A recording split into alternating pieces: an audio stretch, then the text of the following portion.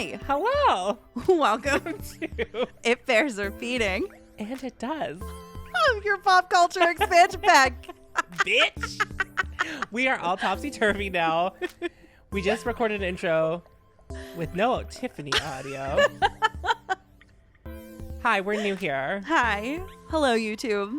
Hi, watch it like not even be recorded. Wow, could you imagine? I can. That's the fun. I can too.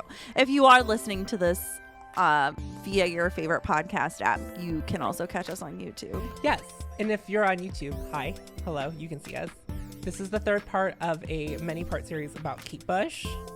We are two queers in Pittsburgh, and we do deep dives on specific things in pop culture. Correct. As I said, we're on part 3 of Question Mark for Kate Bush, which is a topic that I've discussed. We take turns hosting the show bi-weekly, so we get different topics, but we are about to embark on a big journey, but we'll talk about that later on. We'll talk about that at the end. So stick around. Stick around. It's pertinent. We just did NSYNC versus Backstreet Boys. We sure did. And that's very important to the Gen Zs right now. They're very into that. I cannot believe. I can't either. Riot is my dog. She's down here. This is Riot. We're part of each other's bubble, so it's okay for us to be like, we don't socialize with very many other Literally, people. I don't see anybody else. I just go to work now, so that's it. And I work from home. So, right. Just in case we needed to cover that. Well, I just feel like to throw it out there. It doesn't hurt. We are very COVID safe. Yes. Like you will see in past episodes, we've recorded remotely, even though it's technically safe in our state. Technically allowed in our state to yes. see other people. Picking up where we left off, we talked about the Tour of Life, and then Tiffany and I actually watched the Tour of Life. We sure did. By Kate Bush, which, if you're new here, just to refreshen up, Kate Bush performed all 23 of her songs. All of them. For a tour, her once-in-a-lifetime tour, the only time she ever toured. And we took the time. We took the 2 hours it took to watch the Tour of Life. Tiffany, what was that experience like for you? That was unlike anything I've ever seen. And that happened in the 70s, which is also very important to remember when you're watching it. It's so opulent in its production and so truly bizarre, but not.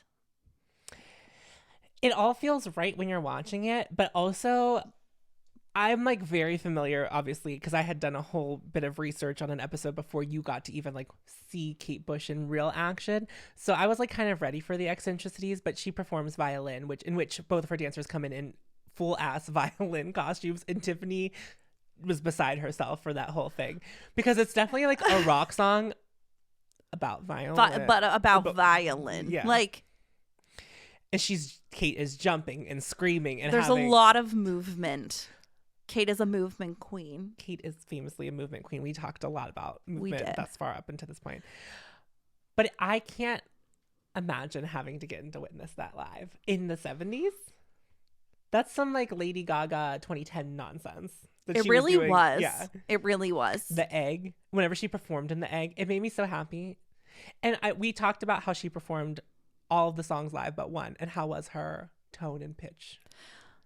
Miss Kate does not fuck around. Miss Kate has the vocals, honey. She has the stamina. She has the vocal control, the breath control to be rolled around and jumping up and down and dancing and getting literally picked up and flung. And Kate's voice never wavers.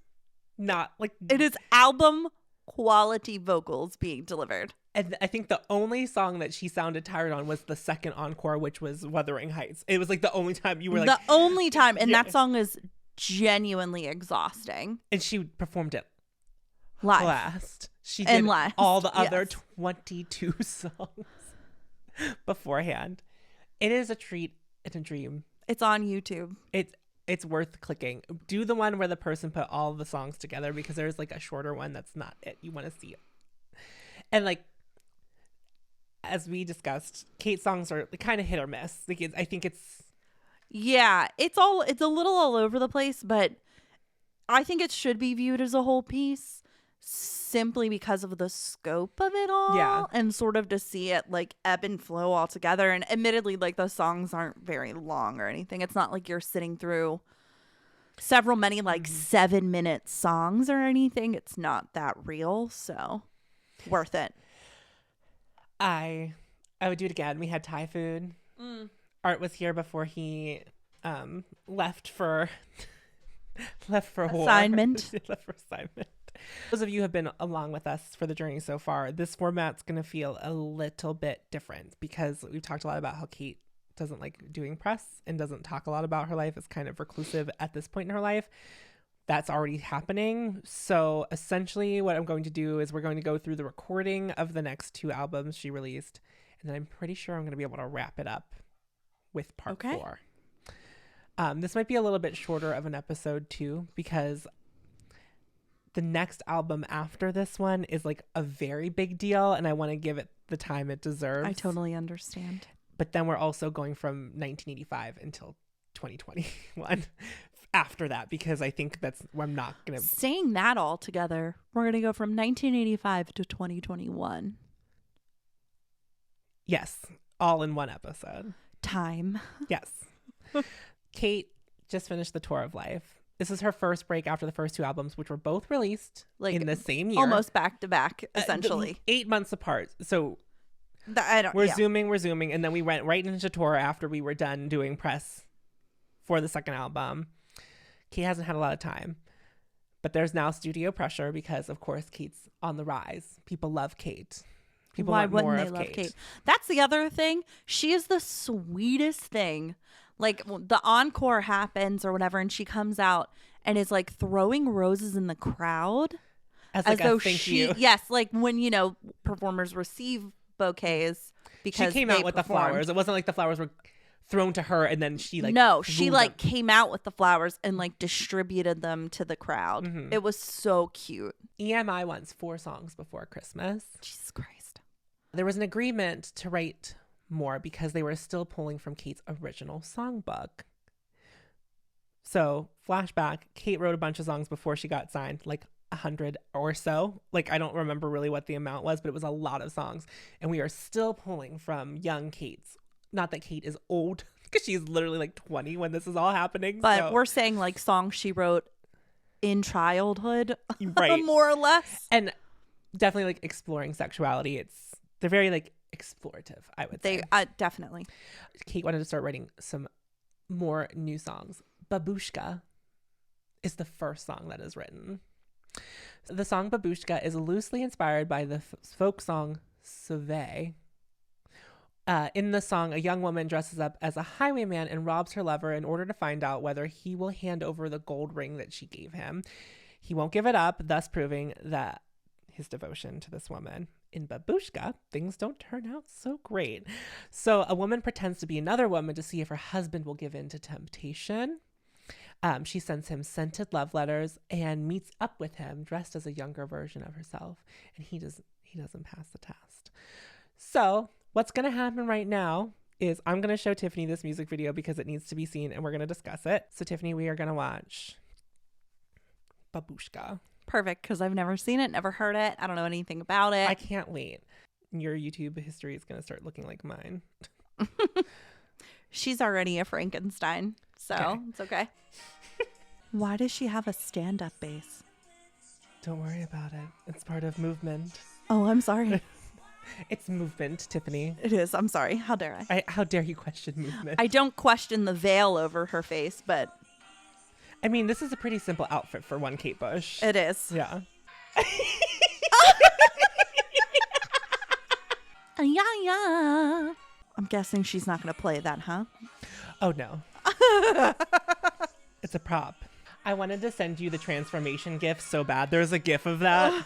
I can where only she imagine. goes from bass player to Wonder Woman here. All I can think of is the individual who had the Kate Bush party. This is it. Oh, yeah. This is it. Yeah. Oh, my. If we can ever go anywhere ever again, I'd love to attend a party in this. I don't know which Kate Bush era I would pick if I had to go to a Kate Bush party. What a bad bitch. Tiffany, just describe what you just witnessed to our listeners and YouTube people. Okay, so essentially, we center on Kate. She has a stand-up bass that is quite literally the size of her.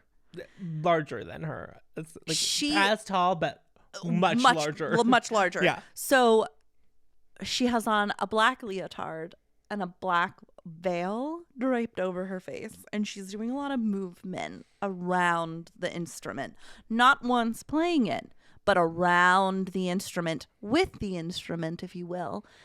It's part of the movement. It's a part of the movement. It is an extension of Kate.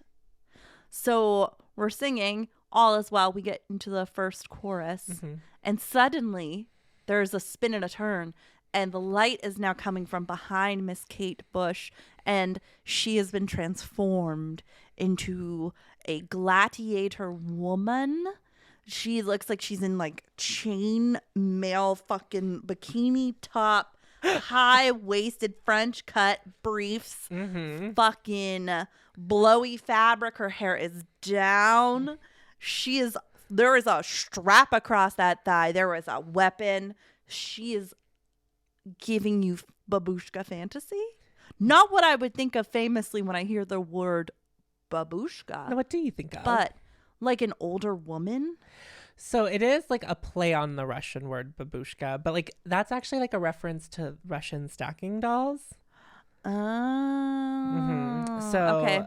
they have a multitude of names, which I didn't write any of this down, but I was reading about it in the book. This was actually, so personal corner. This is the first song that I heard from Kate Bush that I was like, maybe Kate Bush is for me, because there's something, I mean, it's truly wild in Kate Bush fashion, because you're like, like she shouted out, like that's a lot. There's a lot of noise There's happening. a lot of noise happening. And then she looks amazing in the music video, like so stunning. And it's one of those things where I like think I started like out laughing at it, and then I was thinking to myself, no, this is something I would like to be a part of. No, but this is for me. This is actually for me. There's a moment in the video too where she's literally spinning the stand-up bass, and you could see her as Super Kate, literally illuminated in the back of the instrument. It's so good. So this song was a very early pick for a single. When they were recording it, the energy in the studio, Kate knew that it was going to be a single too, but it did trigger her thinking about promo, press, and all of the things that would have to come with that, like going back on the top of the pops, all of these things. And that's of course not what she's very into. She's now leaning into wanting to be a proper albums artist, which is a thing that we've discussed in the past couple episodes. Kate was never supposed to be a single artist, had a hit with Wuthering Heights, and then like the vision for her kind of changed. Happened, yeah. And now Kate really wants to be just telling stories through her albums and have, I guess, a greater theme. This time Kate is still kind of working with the producer, even though he's like not as involved as he was, but it's still the same man. And now that Kate has more control over her music production wise, because she is now helping to produce her music, everything had to be perfect because it's Kate Bush. Of course. We played Babushka for 3 days nonstop, and I think there were about 12 bass players. They just kept coming and going. When it wasn't working, they just got someone else, said Brian Bath. Wow. One of the original members of the KT Bush band. You know band. who else is a famous perfectionist? Beyonce. Marina. Oh. In the research I was doing recently, it was a similar thing. The sessions for this album sparked a new pattern for Kate. She started picking very specific people for just one part of a song or just one track. So no longer were we like fighting for the KT Bush band to be a part of all of it. Kate was like, I need this bass player for this thing. And then that was it. So the whole idea of having a studio band flew out the window, and even then boyfriend Del Palmer was not immune from getting cut from a song. So she felt all the songs needed their own touch from different people. And this clearly would bruise egos sometimes, but no one ever got so mad that they left. Not mad enough to make people take off. But needless to say, members of the KT Bush band were a little caught off guard when the first time Kate said, okay, no. Well, she's famously very loyal to them. Right. As we're in the 80s now. New technologies are coming fast, much slower than they do now, but fast, very quick for the time. Very quick for the time. And Kate was very excited to play and explore these new technologies. There was a particular thing called the Fairlight Computer Music Instrument, CMI, which is called the Fairlight for the rest of this research that I have done. I'll put the book that I've been getting most of this narrative out of. It makes it easier for me to tell a story too. This is a digital sampling synthesizer that was very big and clunky by today's standards, and obviously very touchy, very glitchy, because it's the first thing of its kind. It came from Australia. Essentially, it's kind of what we know to be like a looper today, where like you can sing or like make a noise into it and it would play it back to you, and then you could change the frequencies of it. In the album, it can definitely be heard the most in her song that Army Dreamers, which has sounds of guns being cocked, and then that's being used as a percussion beat in the song. Cool. Kate obviously had a lot of fun playing with this new technology. Of course, she sampled as many sounds as she could and just was trying to see what she could do with it, whether or not it had anything to do with what she was doing on the album. Ooh. She's making noises, playing them back, very amused with herself. However, a lot of her ideas could not be used because of the limitations of the technology. So Kate was seeing into the future of what could happen with this, but like there was no way technology-wise to make what she wanted to happen. If you're new here with Kate, or if you remember, she's not the best at articulating what she needs from people, because she's always talking about feeling and it has to feel a certain way. And to tell a musician like it needs to feel this way is not really the way to go. Appropriate feedback, nor is that a way for anybody to meet any type of standard. However, this machine brought control to Kate, because she could now make it do the things that she wanted to do by like doing it herself, as opposed to having to ask trying to go through another living thing. She saw all the possibilities, every single one. Kate was that had to have been running. Overwhelming. Yeah. So she wanted to apply future to nostalgia. So the only two tools she knew how to use before this were her voice and the piano, and now she has the tool of the Fairlight. Delius' Song of the Summer was written in tribute to composer Frederick Delius, and the song was inspired by the film Song of Summer, which Kate watched when it broadcast in 1968, so 12 years prior to this. So think about that. She was 10 years old and then wrote about this song 12 years later. Okay, girl. And if you have to really think hard about this, because we live in such a blessed time where we have everything's available. There was no way for her to just see this again on purpose to use as a point of reference. It was just from memory. She was writing this song so out. Wild. Some people think that the introduction of the Fairlight into what Kate was doing distracted and confused her, giving her way too many options. But Kate felt like it came too late in the recording of this album, and she did not get to explore it as much as she wanted to for this album, but she now could see what she could do in the future. Interesting. Kate is a night owl, which I don't think it's come up before this. So So sessions would go all day into the night and sometimes into the morning. Some sessions would be up to 20 hours long. Oh, girl. That's when I'm like, bye. The track where Kate's future technology, this is like the best combination of the things that I think Kate envisioned for this was, so like emotion fused with technology fused with music, was the song Breathing. The song is, sit down, because I am sitting. I know. No, but mentally you sit. Okay. Spiritually sit. The song Breathing is sung from the perspective of a fetus in the womb, breathing in the mother's nicotine, but also radiation after the blast. No. The child was aware of its previous incarnation and aware of how beautiful the world once was. It doesn't want to come into the ruined post-apocalyptic version of the world. Kate is writing about the apocalypse, seeing into the future, talking about, do you see what I'm saying? Kate is big brain, and I don't think people give her enough credit for that. Kate is big brain. I mean, you'd have to be big brain. Wuthering Heights? True. Come on. Another song written about something she had seen. When? Yeah. A TV movie? A TV movie. About a book. 4 days before she was to go into the studio to like lay down the track. Okay. So Kate has this to say about the song. It's a message from the future. I must have played, that's what Kate says about the song. This is from Brian Brath. I must have played the same guitar bit 200 times. I didn't know what she was looking for. I was just trying to get better. And as they kept playing the song, Max Middleton, who is one of the musicians on this track, started playing a discordant note, which really started pissing everyone off until they realized it was working for the sound and feel and the emotion of the song. And this is, of course, what Kate wants. She wanted all of the musicians to explore emotion. And I feel like Max finally was the first person to say, well, let me try this. This is what Kate said of that. The session men had their lines, but at first there was no emotion, and that track was demanding so much emotion. It wasn't until they actually played with feeling that the whole thing took off, and when we listened, I cried. So we are going to watch Breathing. Wow.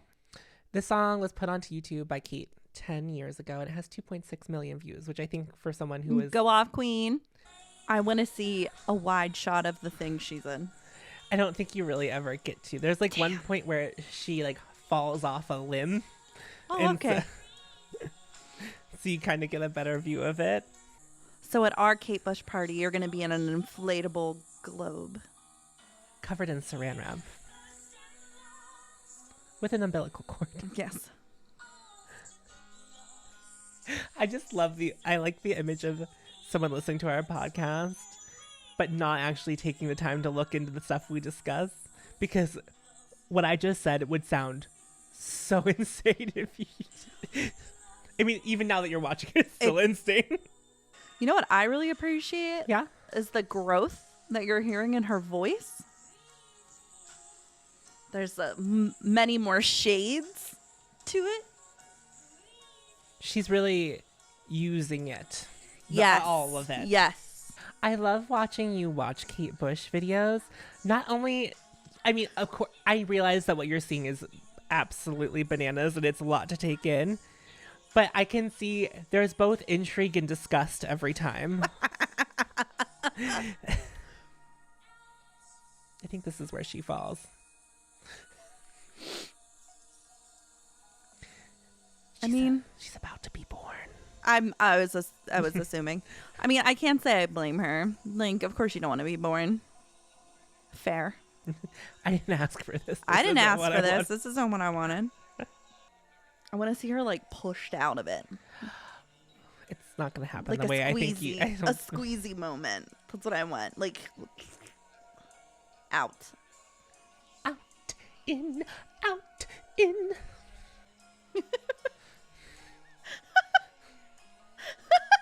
She was just like expelled and thrown onto a surface.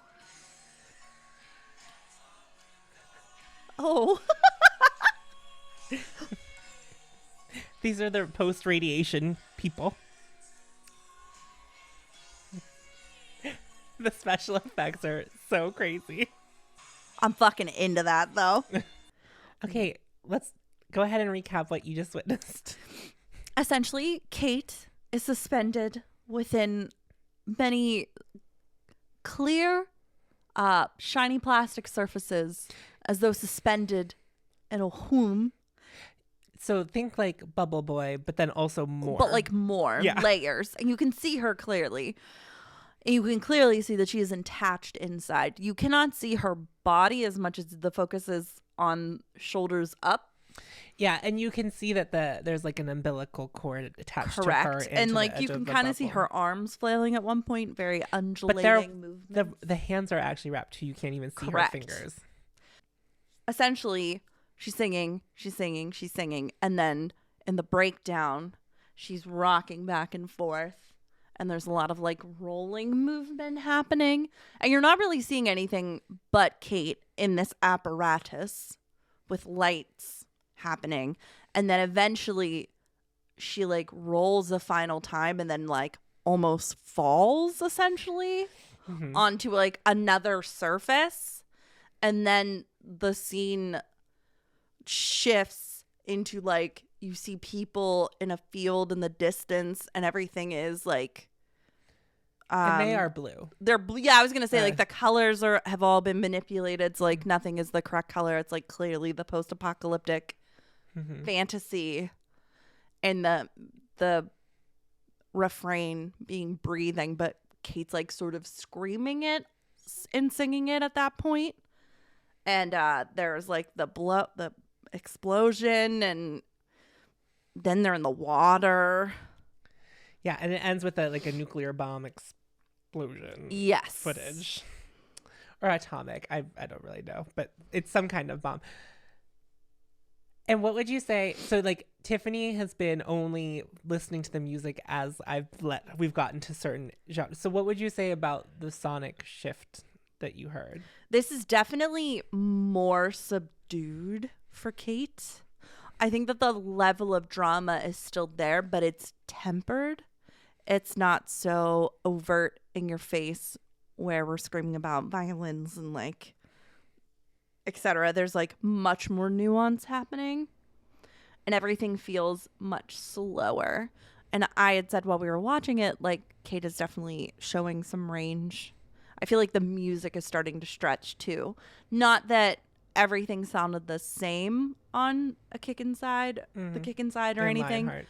but there was like a sameness, like quality to it. Yeah. Whether that was like on purpose or just the way that the songs were written. And a lot of it was centered on like piano to a degree too. And we're like transitioning away from that, I think. Piano heavy. Yeah. Did you feel like you heard the Fairlight be like the drama of the different sounds there's being a introduced? certain quality to this that made me think of Pink Floyd to a That degree. makes sense.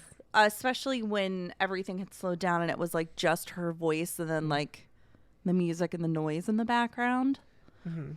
And I listened to all of the albums leading into us recording too. So I will say that this one is the first one whenever the song changes, you go, oh, Like, this is something else. This is what I mean. Yeah. Like, it's definitely a breakaway. This song is pretty politically charged, even if it's not so overt. Right. Yeah. I could see that. So she doesn't like lean into writing political music, but Army Dreamers and Breathing are both content that leaned political. She had actually been criticized by some in the tabloids in the music industry for being a spoiled rich girl singing about nothing. It's doubtful that Kate took this criticism and wrote these songs because of these opinions, because Kate only writes whenever she connects with something emotionally. Yeah, I'm sure Kate was unbothered. Yeah. Because that is also very Kate to be unbothered. Yeah. So Kate really never in the press commented on politics or things going on in the world. But the Falklands War and there's a minor strike and Margaret Thatcher are all things that are like happening around this time. But she didn't want to be defined as a political thinker. And she did say something really weird about feminists. But we kind of talked about how Kate doesn't identify as a feminist in the past. But she did say, like, she thought of feminists as hairy butch lesbians, was word for word what she said. And I know that's really a sign of the time, but it, like, cut me deep. Like, it did, like, hurt me just a little bit. And I doubt that she would say something like that today. But I was like, we have to take the good with the bad, because it is what it is. It's a full picture. We're getting a full picture. Exactly. Right. We're doing press again with Kate, and Kate found it difficult to get excited about, but who was surprised by that? No one should be surprised by that. No one. But she did finally come to the conclusion that she needed a press Kate and a personal Kate. Proud of her. Yeah. She kind of put two and two together, that the world and the media couldn't imagine a woman that has penned some of the weirdest sexual songs up to this point could feel like a normal person when you were interviewing them. They couldn't separate the two people. And this distinctly reminds me, I don't know if you felt this way, but when Lady Gaga was first coming up, she wore some crazy nonsense to like the Ellen show.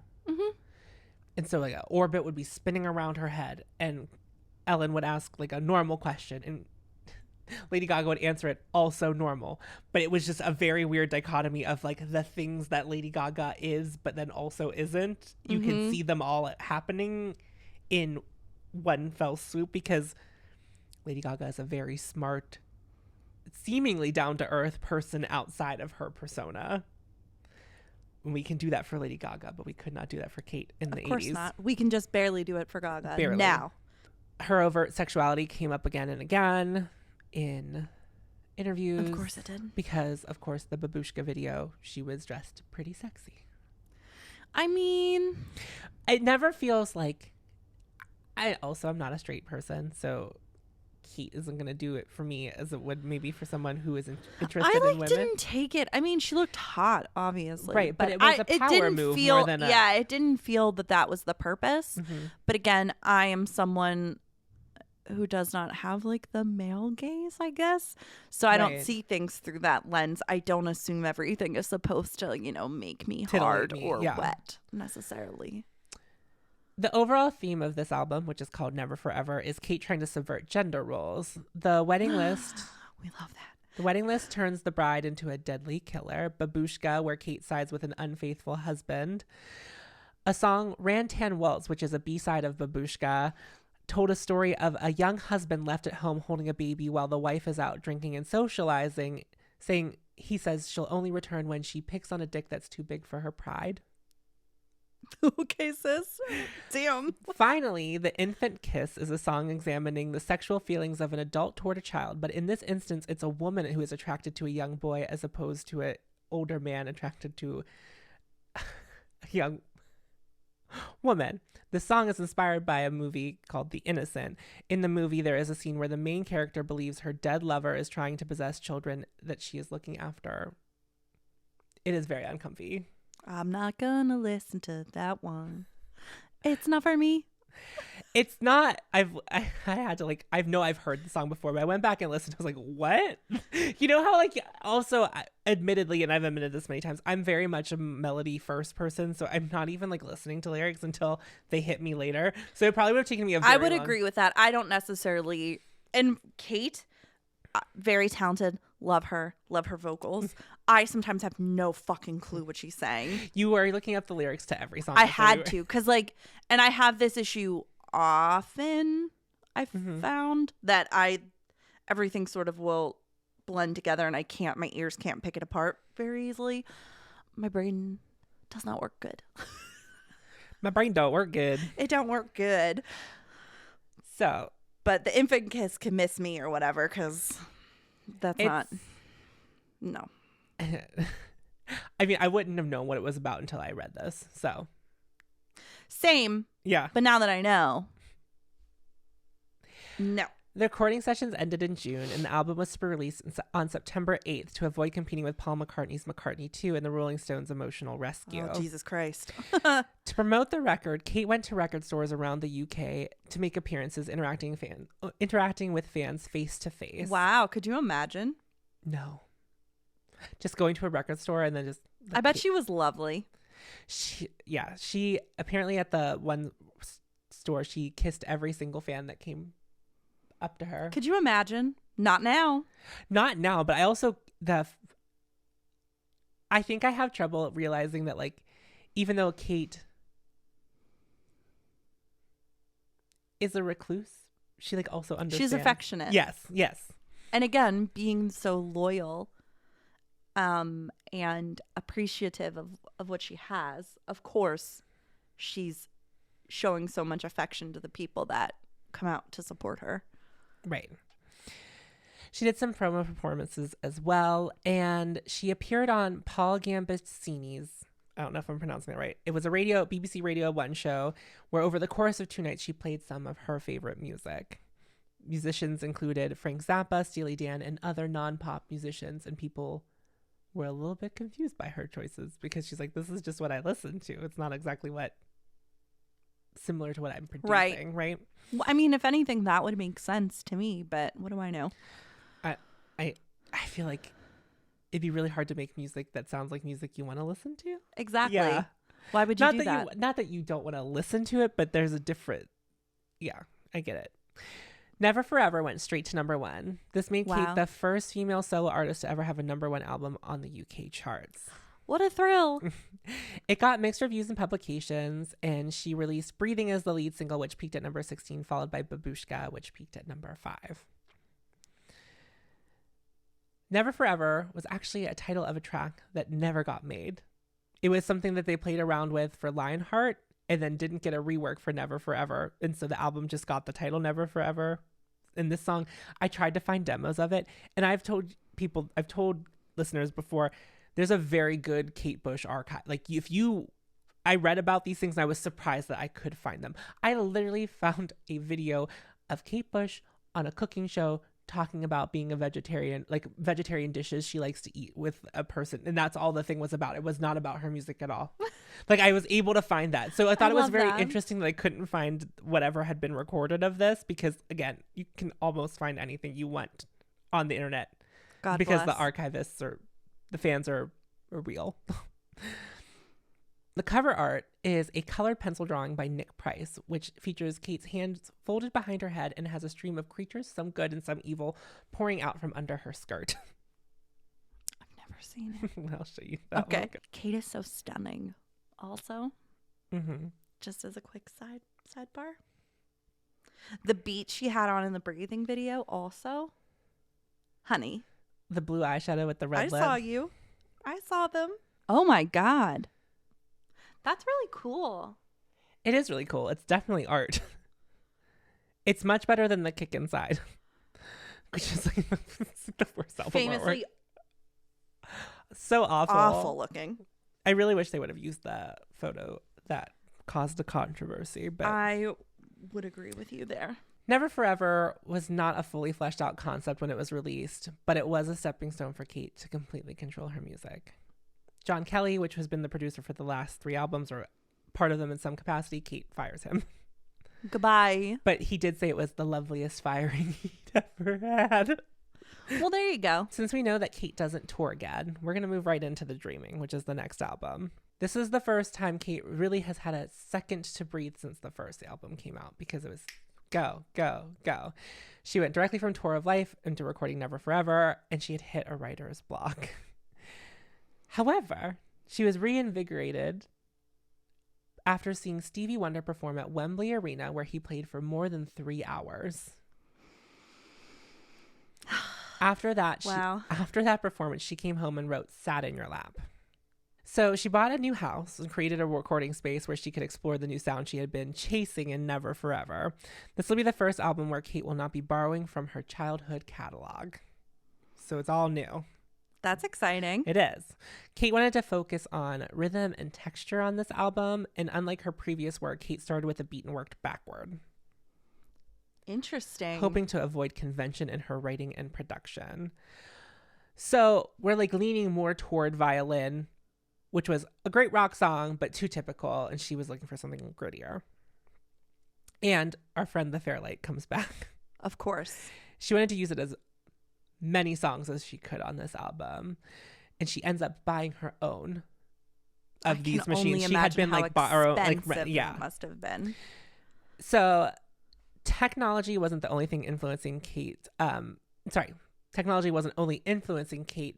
Bands like Duran Duran and the Eurythmics were also incorporating new technology into their sounds. So after the creative rush of Sat in Your Lap, Kate came up with 20 songs for the album, writing in her home studio. She came up with a new song or idea almost every night. I sat down at the piano, got a rhythm, and literally wrote the songs. The words probably weren't there, but the idea was there as well, were the tunes. Kate learned over the last 3 albums that once she was in the studio, she lost all steam for songwriting, so she needed to do this in her own creative space before she got to the studio. She debated working with a producer on this album, Tony Visconti, who worked with David Bowie on all of his big releases.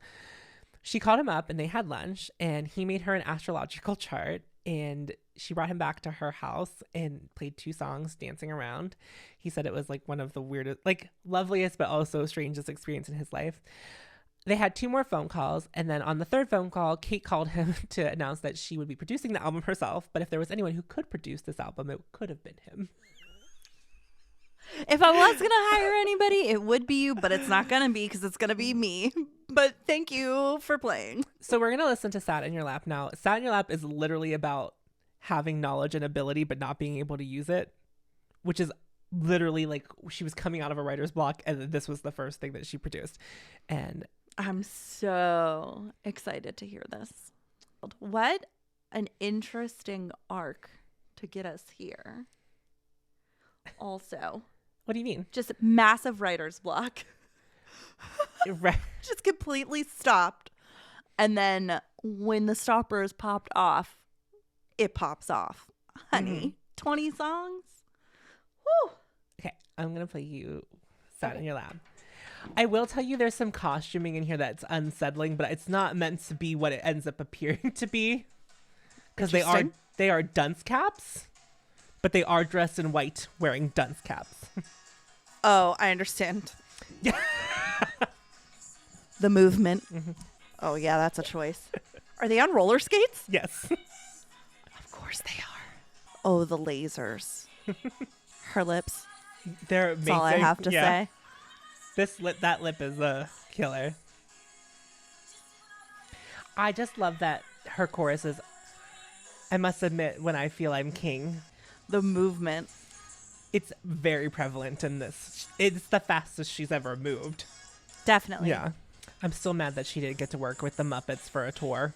That would have been incredible. Yeah. That editing choice is so wild. That was wild.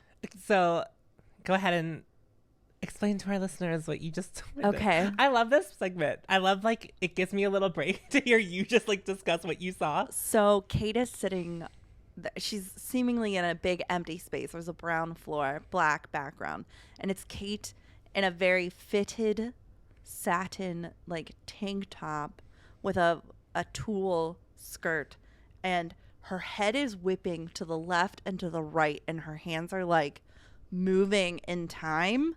So, like, going up and down as her head, like, goes very quickly. And then as she sings, there are people with huge dunce caps on that sort of, like, materialize behind her and then end up very close to her. And then she has a dunce cap on. And then they're skating from, like, the background to the foreground. And then as she continues to sing, jesters, like, appear, and one of them has a red face and one of them has a yellow face with, like, opposing color caps, and then they're dancing around, and then they're still in dunce caps, and then for the verses she's, like, back on the floor, like, doing a similar movement, and then eventually there's, like, minotaurs, like, Certainly are.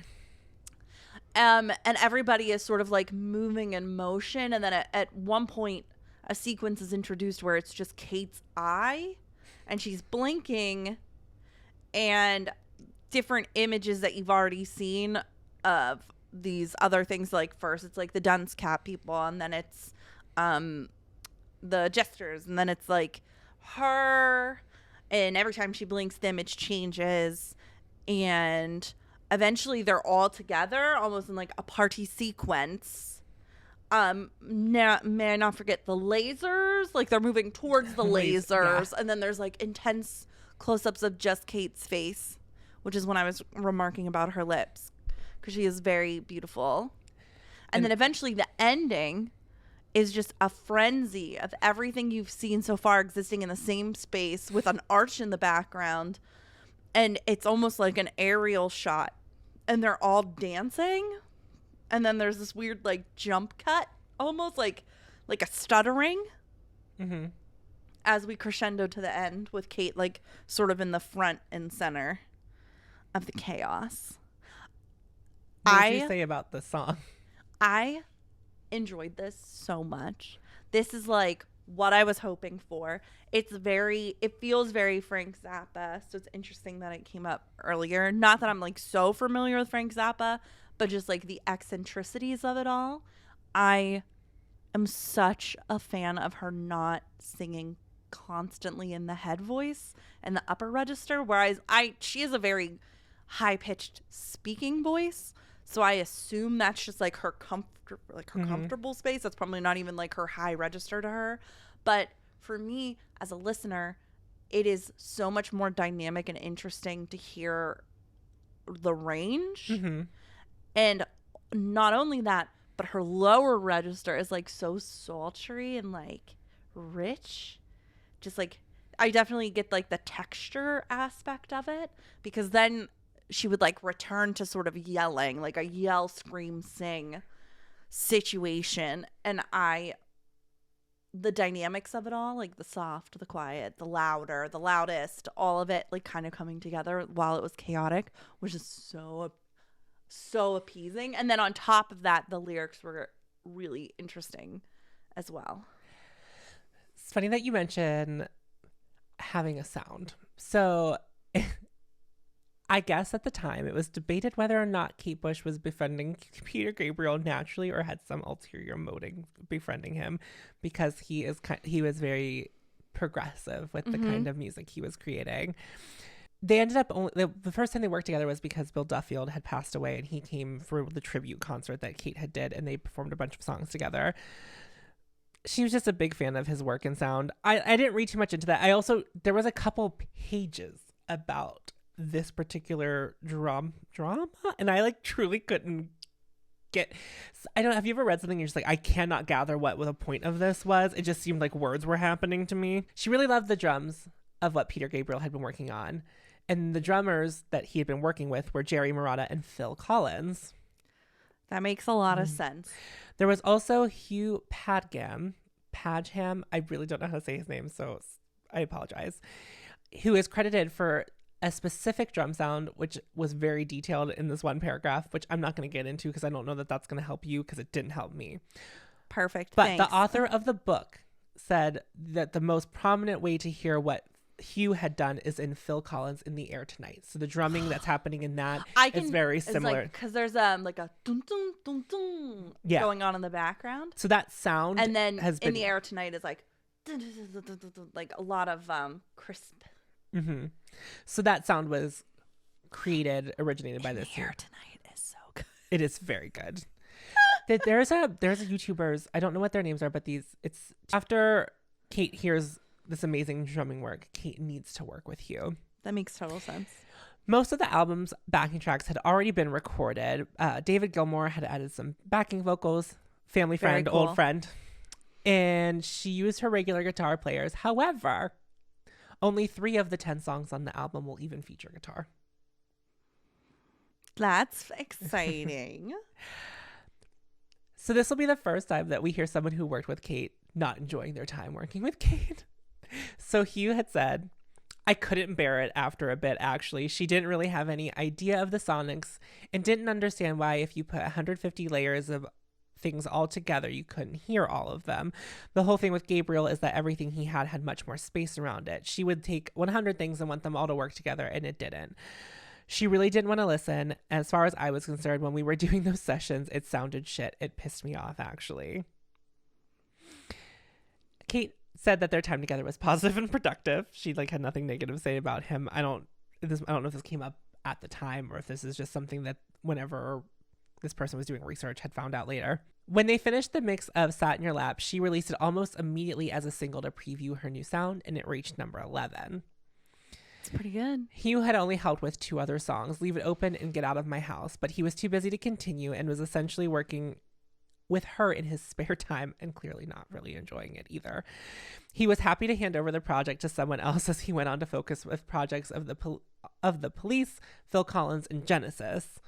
We loved Genesis at my house when I was growing up.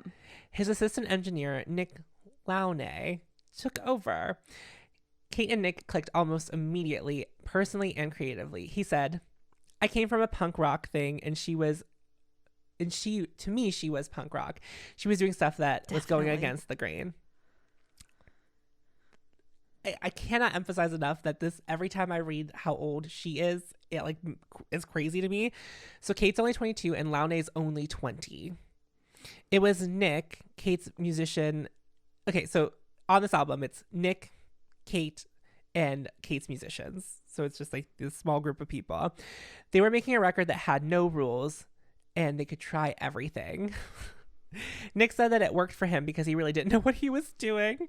And they were both equally excited by the possibilities of the technology at their fingertips and wanted to explore it all. For the musicians, recording this album was a lot more difficult. Kate was working in different time signatures by surprise. When she played them on the piano, it came very effortlessly, but for them it was more difficult to keep up because changing a time signature is hard. It's hard to do. Yes. Nick said it was complicated for him to put all the cuts together because of how complex the songs were and how like almost no one was like, it sounded like no one was playing the right thing at any given time. And he mixed it so that it would be together. So again, Kate's working on feeling and isn't able to communicate clearly what she needs. The musicians were frustrated with her, questioning if she even knew what she was doing. They were getting exhausted from playing the same parts over and over and over again. And it's now, I think that like there's much more questioning because Kate's on her own. She's producing this album. Nick's just an engineer. He's not really a producer. He's just making what she wants come to life. Yeah. As best as he can. Yeah. Brian Bath said, "The dreaming to me was just massive noise. I couldn't really listen to it." And Yikes. Ian Bears, I don't know how to say his name, but Ian Berenson, that's my best go, said that having too much choice for Kate was just as bad as having no choice at all. So editing. So on top of that, Kate didn't really have a mastery of the technology either. She would basically take each track, explore every single thing she could do with it before she settled on something that often was one of the first things she did with the song. That would have also driven me insane were I collaborating with her at the time. She would also record her vocals in weird places to get different feels and textures of the music. She recorded, there's an indoor pool in one of the studios that they worked in, and she like recorded her vocals in there so you could hear the metallic of the water like in the recording. So the title track, The Dreaming, was inspired by her trip to Australia as a child. She was 6. Please remember she was 6 and took a boat to Australia. Oh my God, how could I forget? Yeah. I was just getting everyone caught up. She's writing a song about something that happened to her when she was 6. Sure. Yeah. So she composed a part for the didgeridoo. And when it arrived at the studio, she was eager to play it. But owner of it, Rolf Harris, the player, wouldn't allow her to play it because women aren't allowed to play it according to Aboriginal law. Okay. But it was devastating to one Kate Bush. Oh no. So I'm going to play The Dreaming for you. Because if you thought what we just witnessed was a journey, oh baby, this is. I'm sort of sad she didn't get to play the. I love the lasers. Just the laser usage. She's so stunning. It can't be emphasized enough. The hair. Whoever our makeup artist was, They knew. They knew. I mean, they had great material to work with, but is she singing with an Australian accent? Because it sounds like she's affecting.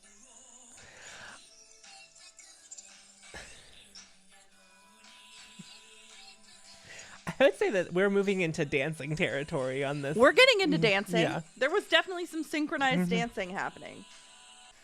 Oh, yeah. This is dancing.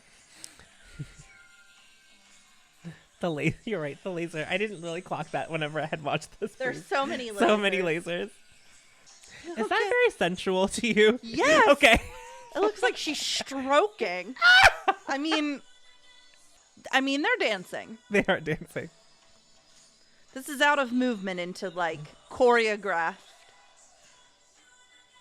I feel like there was a bigger point to make with the movement here. Yeah. I haven't looked, but I would kind of love to see if she ever performed this live. I would be so curious to know. Because just to see her on stage going... I got a little lost in the sauce on this one. Okay. I definitely hear the noises. It do be sounding like a lot of noise. It's a lot of noises. I would debate that is getting away from music territory into some sort of interlude moment more so than like a song. Like, I'm not throwing that on in the car on my way home tonight. Visually, there was a lot going on. Most notably, Kate is in the center in a very dimly lit space where there is like dirt everywhere and large rock formations behind her.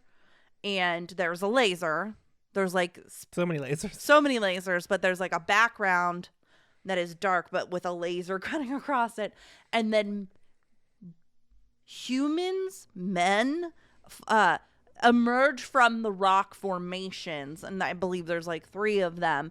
And then they are like dancing and moving in time together and kicking up all the dust and the dirt. And as I said, potentially with an Australian accent, though not totally sure. I don't know. I'm not sure I heard words in much of that. There, not a lot of words. Again. Noises. Lots of noises. Yes. So. The Fairlight must have been tired, honey. Oh, I'm sure. Tired. I'm sure.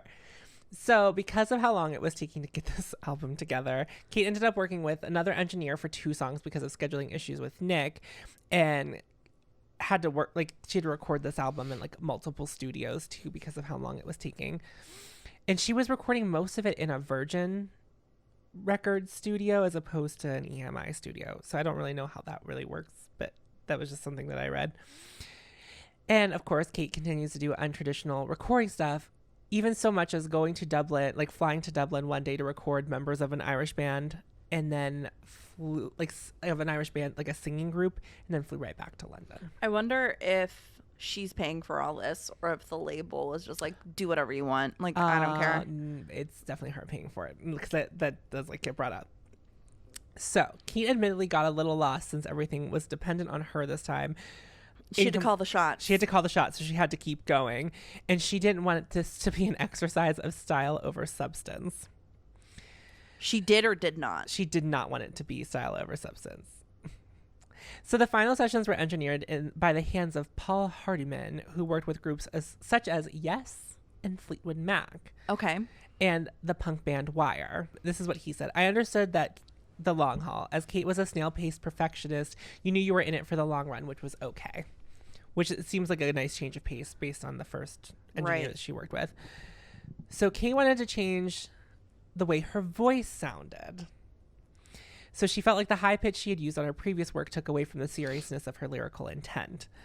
She went to great lengths to explore new sound. For example, on Houdini, she drank a pint of milk, ate 2 bars of chocolate to build up mucus in her throat. Ew. That is gross. First of all, that's disgusting. It is gross, but it's also a choice. That is decidedly a choice you could make. Toward the end of the work on the album, Kate was working minimum 15-hour days. The Falklands War had begun, and Del Palmer and Hardiman were convinced they were going to get drafted into the war. Kate said that making this was even harder than touring. Yikes.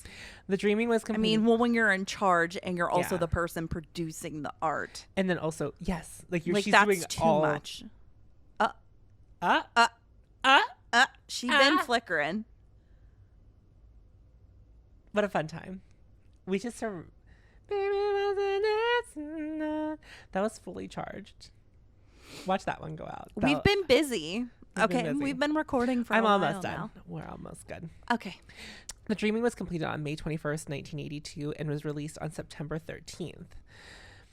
The album, this is a quote from Kate, it was about how terribly cruel people could be, what we could do to ourselves, and what amount of loneliness we expose ourselves to. It was a searching, questioning album, and the music did tear you from one point to the next. Overall, this album is very dark content-wise and sound-wise. So like you said, it just like feels heavy. Even though like that was a weird song, not all of them sound so just like completely out there. I mean, it's Kate Bush, so there's some kind of level a level of that you have to accept. So the song Get Out of My House is inspired by The Shining. Oh, fun. Yeah. And lots of screaming in that song.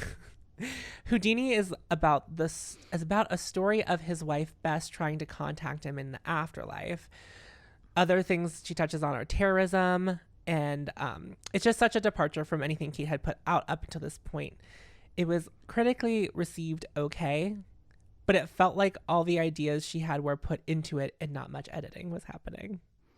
Editing.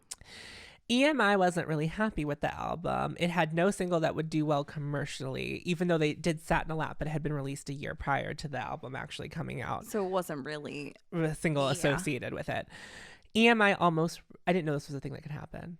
But I was so shocked that this was, so written in EMI contracts, it's, and they could just say no, like we're not, it could be returned to the artist. the music, The album, like the whole album, the whole just like thing. we're not putting this out. Correct. Wow. Okay. So EMI almost returned the album to her. Brian Southall said that there is a clause in all contracts to give the record company the right to refuse or return or object. As though it doesn't satisfy the contract. Yes. He had heard that this was the closest EMI had ever come to doing that, at least during his time. Yikes. So Bob Mercer, who was around for the first 3 albums and was a big champion, and he was like the head of EMI. Yeah, I remember. He had left in 1980. However, she did find another champion in David Munns, who really believed in whatever she was doing and would make sure whatever she wanted to do would happen. Because Kate believed in the album and knew it may not do as well commercially, especially since EMI didn't know what to do with it, Kate took it upon herself to take on more press than she usually would. Uh-oh. So Famously not her favorite thing. Not her We've said favorite it thing. several times this episode. I was just saying, like, for Kate to go, Yikes, let me go ahead and do the thing that I know they want me to do that I don't want to do. So the album charted at number 3. I mean, but it fell off the charts rather quickly, only selling about 60,000. I wonder how units. that compares. She sold over 1 million units of previous albums. Yeesh. I mean, it was like a flash in the pan charting. So it was like number 3 Right. and then gone. So although this was a disappointment for EMI and Kate not receiving the best feedback on this album, Kate truly got to explore her sound and creation of her album in a way she never had done before. The process was expensive and exhausting personally, but this was also a necessary breakthrough she needed to have artistically. That makes sense. I wrote a really bad pun to like lead us off into the next one. I wrote, now, if she only could make a deal with God. And that's where we're leaving Kate Bush off. So we are only at 1982. We've only covered 4 years. Can you believe that? I have been talking to you about Kate Bush for 4+ hours. At least. Bare minimum. Bare minimum. I feel so much trepidation. It's interesting because this is the tough. first time we've left off on a bad note with Kate. It's tough to be unsure of a direction and literally be just trying things. That process never feels great. We've gone through that process. It's harrowing. But you do it because you just don't know until you know. Yes. And we will, like, obviously there's some course correction with like editing in the future because obviously this is not the end of her career. Obviously. We still know who Kate Bush is. It was just interesting that the flop came at this point. Yeah. Usually it's like literally the second second album. Right. But I think everything else had happened so fast there wasn't enough time For there to be build up and then. or like to flop, because if from 1978 until 1981 it was just nonstop Kate Bush is there. Well, and you also have to think there was only so much of a need to produce new content in that moment, Yeah. and then have it be released. She had so much of a back catalog that she had the luxury of like working on that. Right. So it was as stuff opposed that to, had like, been in production for her entire life, essentially. right. Versus not only her needing to like write new songs to put on new albums, but her writing new songs to put on new albums, utilizing technology that had never been really used before, that she is unfamiliar with, and also taking on a role that she didn't really take on before. So definitely too much of a good thing vibes here. So the dreaming is actually like very interesting to listen to because it's because we're gonna go into Hounds of Love on the next, and that's like I would say like a lot of people's major touchstone album. I've never heard it, but I know it associated with Kate Bush. You know what I mean? Yes, but I think that's like, Oh my God. what? I made a deal with God. What in the holy homophobia was that? But I am disturbed. I am uncomfortable. Dear listener, the light had gone out. We commented on it and the light just suddenly turned back on. Full blast. Honey. But as I know, like, what the rest of her catalog sounds like, because it's retrospect, it's like the promising stuff that you hear when what it turns into, and when she can rein it We're in laying and have the control stones, of the it. foundation. Because literally, I can't wait to talk about Hounds of Love, because I think it's like that point where everything The meets. convergence. Well, it's like you get the commercial, but also the exploration of what Kate wants to do, but it also isn't so polarizing like the stuff that was on The Dreaming. And then I think that we kind of, my personal opinion, like with her music that has come out more recent, I find it like much less approachable than anything that we've talked about so far. The stuff she's come out with recently, like Within the last 20 years, I mean. Okay. Yeah. That's what I mean. Nothing like fresh, but much less approachable than The Dreaming. it's just, we'll get to it. But Okay. but I think, like, if we're talking about nothing sounded like a single, I will tell you, like, she released I'm going to call it a winter album in 2011. I think it has 5 songs on it, and it is over an hour long. Right. So it's just like we're gonna get to that, but it is like clearly a journey. We're on the ride with Kate Bush. I really want to listen to Hounds of Love so bad, but I'm gonna wait till next episode. I'll wait. I've waited this whole time. I've been patient, so I will wait. Well, thank you so much for watching us, dear YouTube. Thanks, YouTube, and thank you for listening, all of our Yes. faithful podcast listeners. We love you. We love you. We love you so much. What's coming, Tiffany? This is a big announcement. We are this podcast is about to pop off, sis. It is like not right what's about to happen to this podcast. It has been alluded to. I thought it was subtle enough that people might not know. It has been alluded to over time recently that Tom and I have been discussing when I would start discussing the life, the legacy, the icon. One, Miss Britney Spears. Britney Jean Spears. Is it Britney Jean? Yes. We've discussed different scenarios, different ways that I could do this. And we have come to an agreement that there is going to be a season of Britney.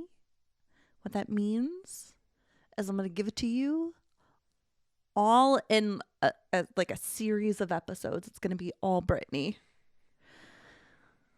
There's a documentary that's coming out. We're going to talk about the doc. I'm going to give some information then, and then we're going to be doing like eras. I think that's how I'm going to be organizing this. Album is not quite enough because there's time in between the albums. Mm-hmm. There's the build up. There's the after, especially for some of the later albums.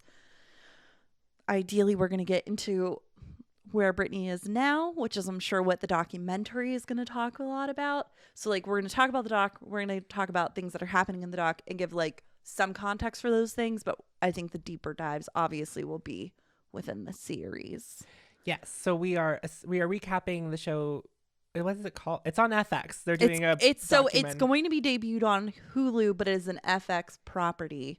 Okay. Done by the New York fucking Times. And we're going to get into it. And I'm excited because I'm so nervous to like. Why? I'm just nervous. And I'm protective of Britney. Congruently, is that the right word? Parallelly, happening at the same time. Congruently, yes. Congruently, we will be doing the Marina bracket.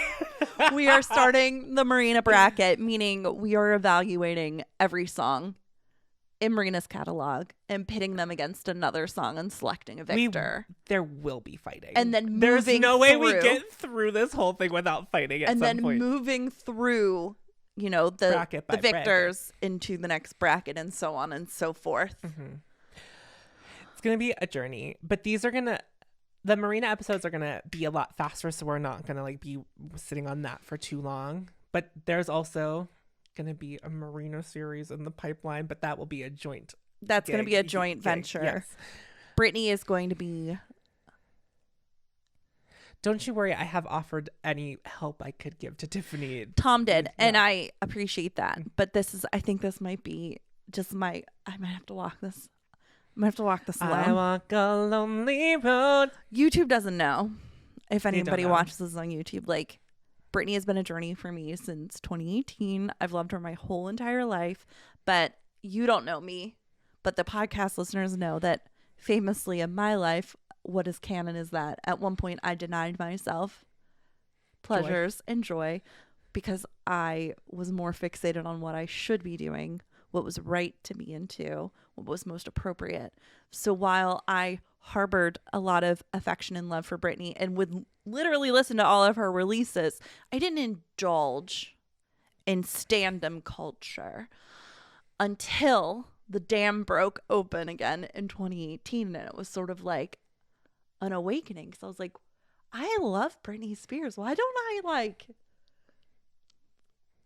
why don't I dive in, let this happen to lean me? into it. So literally all of 2018 and truly since then has just been me ebbing and flowing in and out of like the catalog, the lore, the story. And then of course like the Free Britney movement popped up and it was just like crazy fucking timing. Like there's been a lot of conversation around Britney,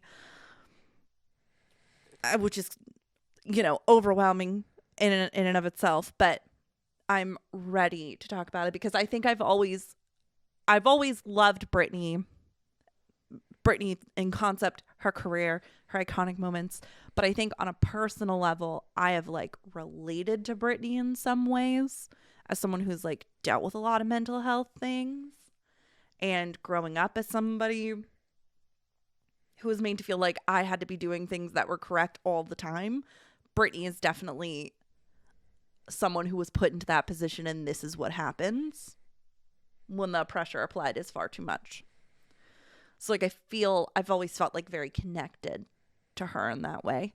So I'm excited to like get to really dive in and I'm give excited context. to explore this like empathetically. Like I am just, and it's so crazy just the way, and I mean, the Free Britney movement is imperfect because true rabid standum on any level is weird and often impure because it gets into territory that is like almost disrespectful to like the person that you're like swearing your allegiance to almost. yeah.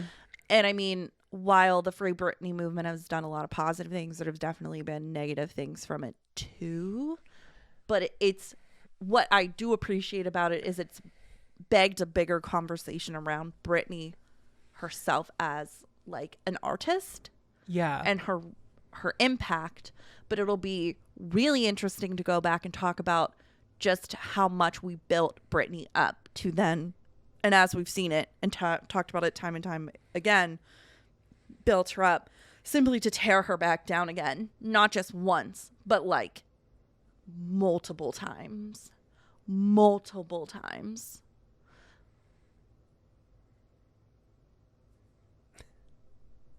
I can't wait to talk about it. I'm so curious what this documentary is going to do. I'm like so nervous, but I feel hopeful. Mm-hmm. I really hope that this improves her quality of life and does not detract.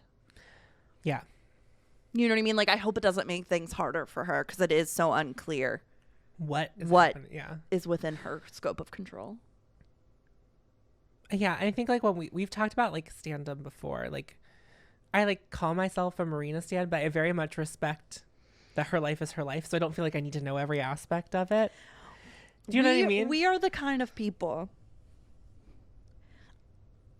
Okay, Josh and I have talked about this scenario. Okay. if I were to be in the same room with Britney Spears, would I approach her? And the answer is absolutely not. Because knowing enough about her, while not knowing her personally, obviously, I'm pretty sure she'd be freaked the fuck out.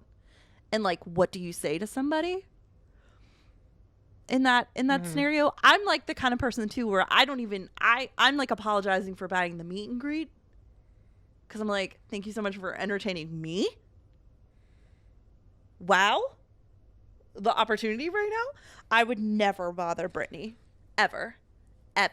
It would have to be a situation where maybe I know somebody who knows her, who I could then go talk to, where I could like work your way into kind it. of, Yeah. but like I would not just like go up to Britney, and especially I would never go up to her in public.